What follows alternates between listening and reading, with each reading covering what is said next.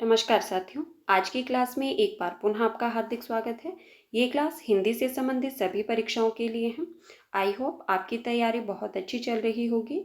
आज से हम प्रीवियस ईयर के क्वेश्चन पेपर को सॉल्व करेंगे। तो चलिए हम आज की क्लास को शुरू करते हैं।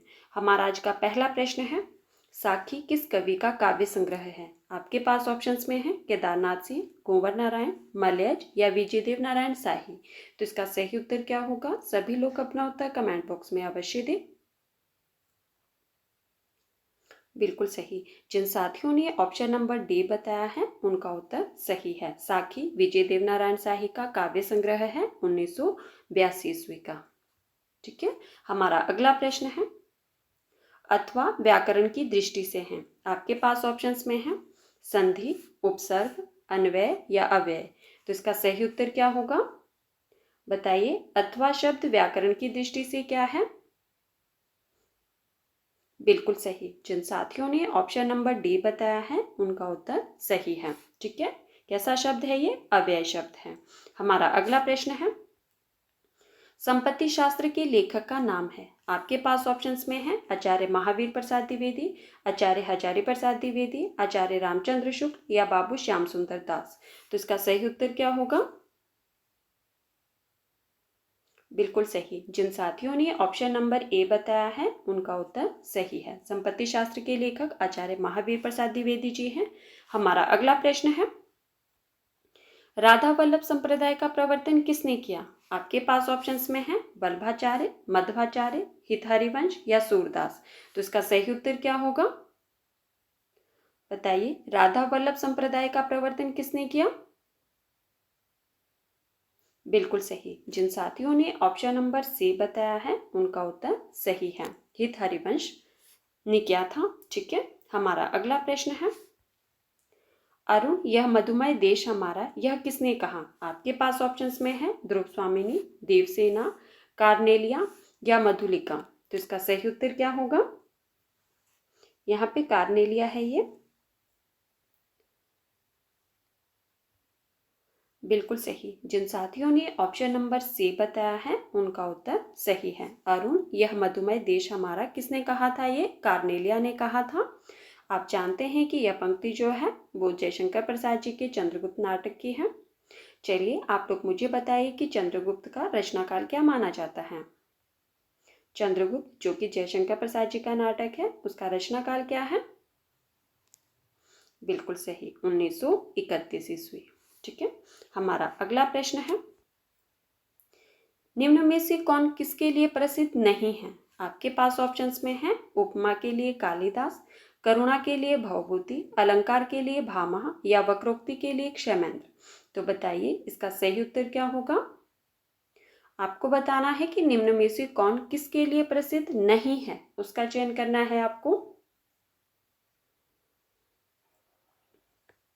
देखो, उपमा के लिए कालिदास बिल्कुल सही है, करुणा के लिए भवभूति बिल्कुल सही है, अलंकार के लिए भामा प्रसिद्ध है बिल्कुल सही है, लेकिन वक्रोक्ति के लिए क्षेमेंद्र प्रसिद्ध नहीं है। कौन है? हमारा सही उत्तर होगा ऑप्शन नंबर डी। ठीक है, तो बताइए वक्रोक्ति के लिए कौन प्रसिद्ध है? बिल्कुल सही, कुंतक। ठीक है, तो हमारा सही उत्तर होगा ऑप्शन नंबर डी। हमारा अगला प्रश्न है, गोकुलनाथ की रचना का नाम है। आपके पास ऑप्शंस में है 84 वैष्णवन की वार्ता, भक्तमाल, चिताई वार्ता या गोसाई चरित। तो इसका सही उत्तर क्या होगा? बताइए, गोकुलनाथ की रचना का नाम क्या है? बिल्कुल सही। जिन साथियों ने ऑप्शन नंबर ए बताया है उनका उत्तर सही है। 84 वैष्णवन की वार्ता गोकुलनाथ जी की रचना है। अब हम बात करते हैं कि भक्तमाल के रचयिता कौन है। बताइए, भक्तमाल किसकी रचना है? बिल्कुल सही, नाभादास की। और चिताई वार्ता के? बताइए, चिताई वार्ता के रचनाकार कौन है? बिल्कुल सही, नारायण दास। और गोसाई चरित किसकी रचना है? बिल्कुल सही, बेनी माधव की। हमारा अगला प्रश्न है, ओके, रिपीट कर देती हूँ। 84 वैष्णवन की वार्ता गोकुलनाथ की रचना है, भक्तमाल नाभादास की रचना है, चिताई वार्ता नारायण दास की रचना है और गोसाई चरित बेनी माधव की रचना है।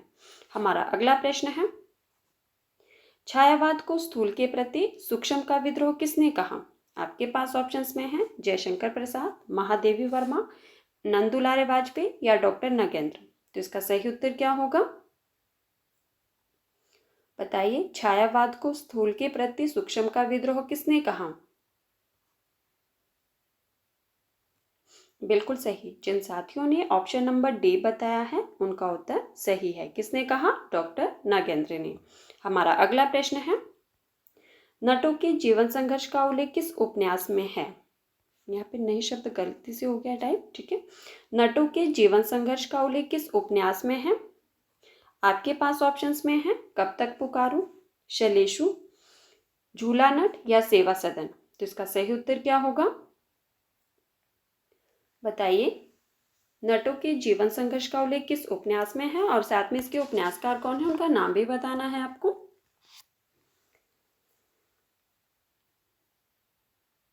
बिल्कुल सही। जिन साथियों ने ऑप्शन नंबर ए बताया है उनका उत्तर सही है। कब तक पुकारो उपन्यास में नटों के जीवन का संघर्ष का उल्लेख किया गया है और इसके रचनाकार कौन है?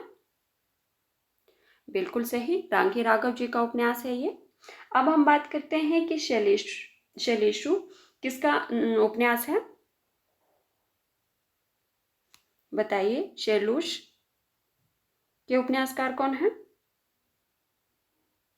बिल्कुल सही, शिव प्रसाद सिंह। और झूला नट मैत्री पुष्पा का है, बिल्कुल सही। और सेवा सदन प्रेमचंद जी का है, बिल्कुल सही। तो हमारा सही उत्तर है ऑप्शन नंबर ए। हमारा अगला प्रश्न है, निम्न में से हिंदी साहित्य का अतीत किसने लिखा? आपके पास ऑप्शंस में है डॉक्टर विश्वनाथ तिवारी, आचार्य विश्वनाथ प्रसाद मिश्र, ठीक है, और बाकी ऑप्शन है आपके पास डॉक्टर रामकुमार वर्मा या राहुल सांकृत्यायन। तो इसका सही उत्तर क्या होगा? प्रश्न को आप एक बार फिर से देख लीजिए। प्रश्न है आपके पास, निम्न में से हिंदी साहित्य का अतीत किसने लिखा? बिल्कुल सही। तो जिन साथियों ने ऑप्शन नंबर बी बताया है उनका उत्तर सही है। किसने लिखा है? आचार्य विश्वनाथ प्रसाद मिश्र ने। हमारा अगला प्रश्न है, किस शब्द में अ उपसर्ग है? आपके पास ऑप्शंस में है अभिमान, अनजान, अभाव या अवमान। तो इसका सही उत्तर क्या होगा? बताइए, किस शब्द में अ उपसर्ग का प्रयोग हुआ है? बिल्कुल सही। जिन साथियों ने ऑप्शन नंबर सी बताया है उनका उत्तर सही है, ठीक है। अभाव में अ उपसर्ग का प्रयोग हुआ है, ठीक है। हमारा अगला प्रश्न है, अहेतुकी शब्द का शुद्ध रूप है। बताइए, शुद्ध रूप कौन सा होगा? आपके पास ऑप्शंस में है अहितकी, अहेतुकी, वेतुकी या अभितुकी। तो इसका सही उत्तर क्या होगा? बताइए, अहेतुकी का शुद्ध रूप।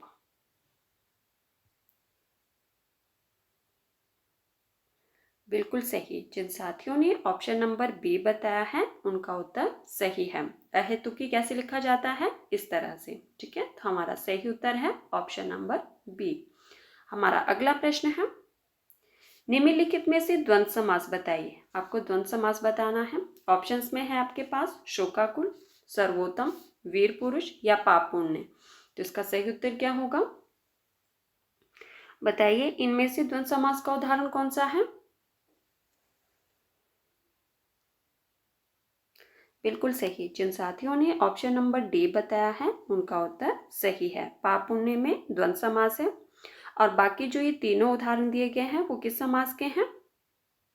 तत्पुरुष समास के, बिल्कुल सही। हमारा अगला प्रश्न है, रुद्र संप्रदाय की स्थापना किसने की? आपके पास ऑप्शंस में है रुद्र स्वामी, श्री स्वामी, विष्णु स्वामी या निम्बार्काचार्य। तो इसका सही उत्तर क्या होगा? बताइए, रुद्र संप्रदाय की स्थापना किसने की? बिल्कुल सही। जिन साथियों ने ऑप्शन नंबर सी बताया है उनका उत्तर सही है। ठीक है, रुद्र संप्रदाय की स्थापना किसने की थी? विष्णु स्वामी ने। हमारा अगला प्रश्न है, रामानुजाचार्य किस दर्शन का प्रतिपादन किया? प्रश्न है, रामानुजाचार्य ने किस दर्शन का प्रतिपादन किया? आपके पास ऑप्शंस में है अद्वैतवाद, शुद्ध अद्वैतवाद, विशिष्टाद्वैतवाद या द्वैतवाद। तो इसका सही उत्तर क्या होगा?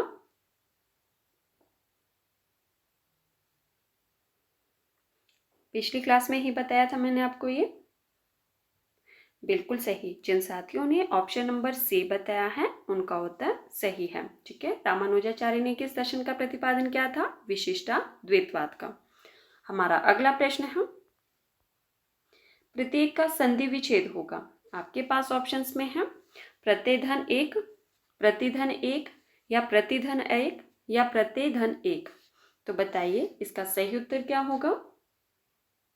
प्रत्येक शब्द का संधि विच्छेद बताना है आपको। बताइए इसका सही उत्तर क्या होगा? और साथ में आपने ये भी बताना है कि प्रत्येक शब्द में कौन सी संधि है।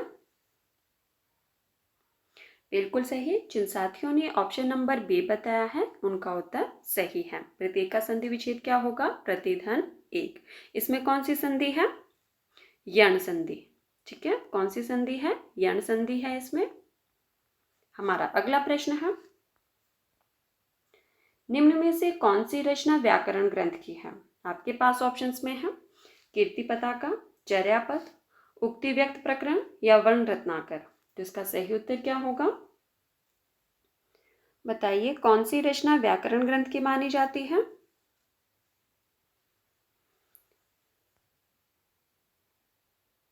बिल्कुल सही। जिन साथियों ने ऑप्शन नंबर सी बताया है उनका उत्तर सही है। ठीक है, उक्ति व्यक्त प्रकरण व्याकरण ग्रंथ है। इसके ग्रंथकार कौन है? बताइए किसका ग्रंथ है ये? बिल्कुल सही, पंडित दामोदर शर्मा का। चलिए अब हम बात करते हैं कि कीर्ति पताका, इसके रचनाकार कौन है?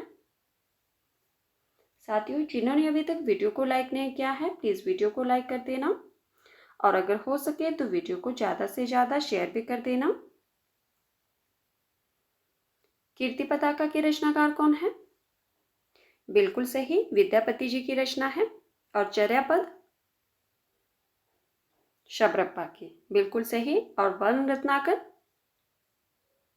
ज्योतिरिश्वर ठाकुर की रचना है। ठीक है, कीर्ति पताका विद्यापति की, चर्यापद शबरप्पा की, उक्ति व्यक्त प्रकरण पंडित दामोदर जी की रचना है, पंडित दामोदर शर्मा की रचना है जो कि एक व्याकरण ग्रंथ है, और वर्ण रत्नाकर ज्योतिरिश्वर ठाकुर की रचना है। हमारा अगला प्रश्न है, सांप्रदायिक समस्या पर लिखा गया उपन्यास कौन सा है? आपके पास ऑप्शंस में है तमस, बलचन्मा, अपने अपने अजनबी या बूंद और समुद्र। तो इसका सही उत्तर क्या होगा? बताइए सांप्रदायिक समस्या पर कौन सा उपन्यास लिखा गया है इनमें से?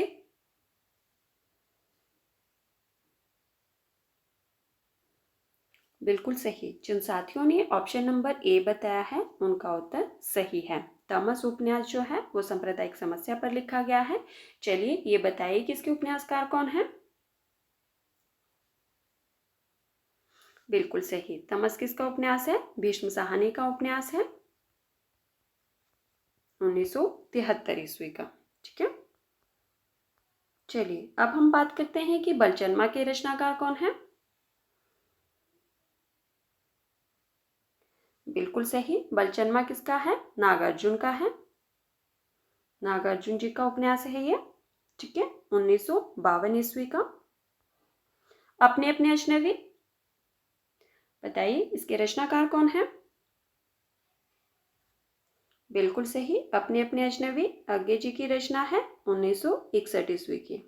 ठीक है, और बूंद और समुद्र? बिल्कुल सही, अमृतलाल नागर जी का उपन्यास है ये। ठीक है, 1956 ईस्वी का। क्लियर? तमस सांप्रदायिक समस्या पर लिखा गया उपन्यास है भीष्म साहनी का, 1973 ईस्वी का। बलचन्मा नागार्जुन जी द्वारा लिखित है उपन्यास, 1952 ईस्वी का। अपने अपने अजनबी अज्ञे जी द्वारा रचित है, 1961 ईस्वी का। और बूंद और समुद्र अमृतलाल नागर द्वारा रचित है 1956 ईस्वी का। ठीक है, हमारा अगला प्रश्न है, ब्रजभाषा का क्षेत्र नहीं है। आपके पास ऑप्शंस में है धौलपुर, सरगुजा, मथुरा या आगरा। तो इसका सही उत्तर क्या होगा? आपको बताना है कि इनमें से ब्रजभाषा का क्षेत्र कौन सा नहीं है, उसका चयन करना है आपको।